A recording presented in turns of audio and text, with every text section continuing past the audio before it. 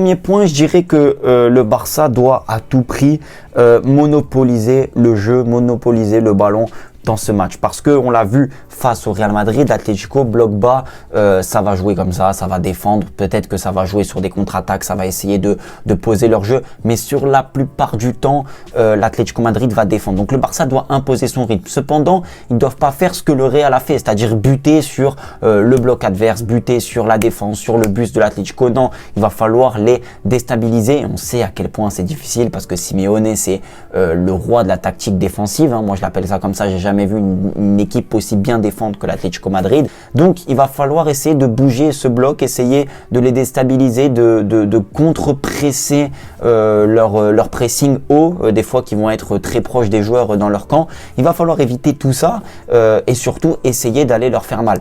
Maintenant, moi, il y a une chose que le Real n'a pas assez tenté et que le Barça, j'ai envie de voir faire, et un peu difficile à vouloir parce qu'on n'a pas les joueurs pour, on n'a pas la capacité à le faire, ou en tout cas je le vois pas assez souvent, c'est tenter des frappes de loin. Face à un bloc bas, face à un bloc très compact, très dense, très dur et surtout très solide comme l'Atlético, c'est important de, pourquoi pas, sur certaines actions, débloquer une situation sur une frappe de loin, sur un ballon un peu dans la surface de réparation de très loin.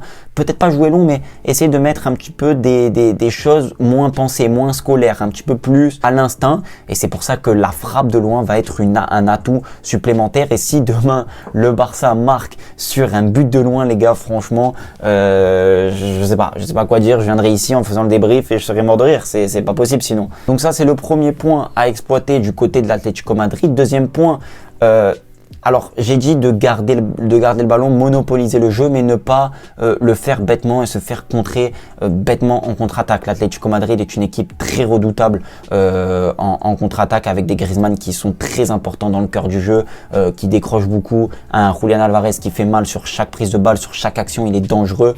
Ça peut venir de partout. Giuliano Simeone qui court comme un fou, qui est capable de faire répéter des efforts, de partir de derrière et faire un sprint de malade. On se souvient, ce match aller perdu sur le fil avec un but de Sorloth, et aussi en Coupe du Roi à la fin, c'est quasiment la copie identique. Donc éviter tout ça, mais je pense qu'Hansi Flick a compris. Je pense qu'Hansi Flick là, il a mobilisé tout ça, et en disant aux mecs, bon les gars, on a déjà fait 2 erreurs où on se fait rattraper, maintenant stop, on va essayer d'être un peu plus solide. Donc vraiment éviter de jouer bêtement le jeu. Monopoliser le jeu veut pas dire gagner ou être le plus dangereux, on l'a vu. Donc il va falloir vraiment absolument monopoliser le jeu, essayer de les déstabiliser, mais frapper de loin, tenter des choses, ne pas être scolaire, ne pas aller à droite, à gauche pendant 5 minutes. Non, à bout d'un moment, il faut déclencher quelque chose, un contre, un corner, une frappe contrée, on sait jamais ce